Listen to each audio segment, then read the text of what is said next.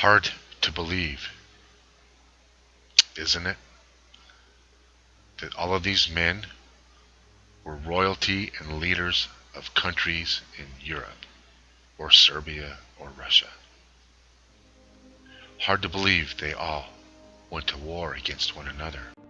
You see, they were all in the same family. They all had the same grandmother. Surprised?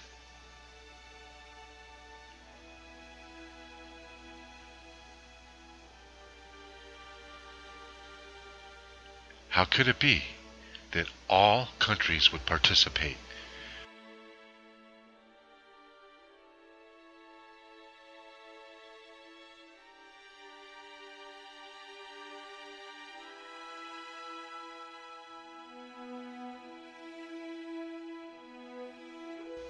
You see, monarchies were on their way out, and democracies and republics were on their way in. So, the leader of Austria can declare war on his cousin, the Tsar Nicholas of Russia. People would clamor on, God save the monarch, and go to war. Because when you're fighting a war against another country, it's impossible to overthrow your own monarch. And these people were fed and cultivated into political extremism.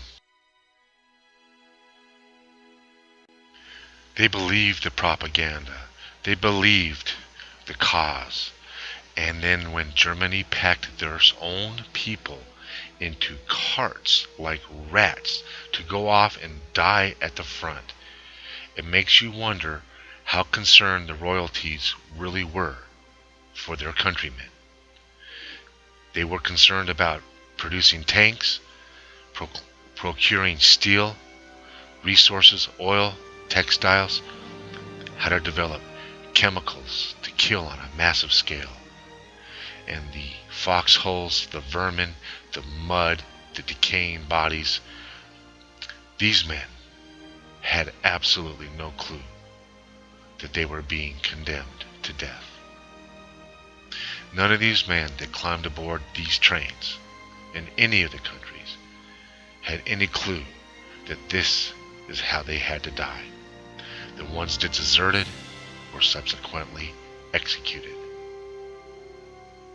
So, the question is, if all of these cousins decided to declare war on each other's countries, was there money to be made? Was there revolution that was prevented? And was this lady's legacy preserved, not destroyed? After all, the leader of Austria declared war on Serbia. When the heir to his throne was assassinated, usually it's a relief when the heir to your throne dies. But it's an excuse to start a war that would subsequently remove 60 million people from the face of this earth. And trust me, it was very few people that started this whole mess. Very few. And if they did it so easily,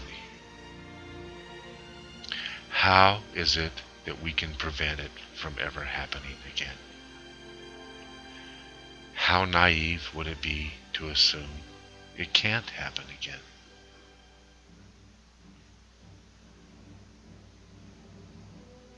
And if just a handful of people can make a decision that costs the lives of 60 million people, none of them had to stand trial. Many exiled as a retirement, more than an exile. Some couple were assassinated in their own revolutions that they were trying to prevent in the first place.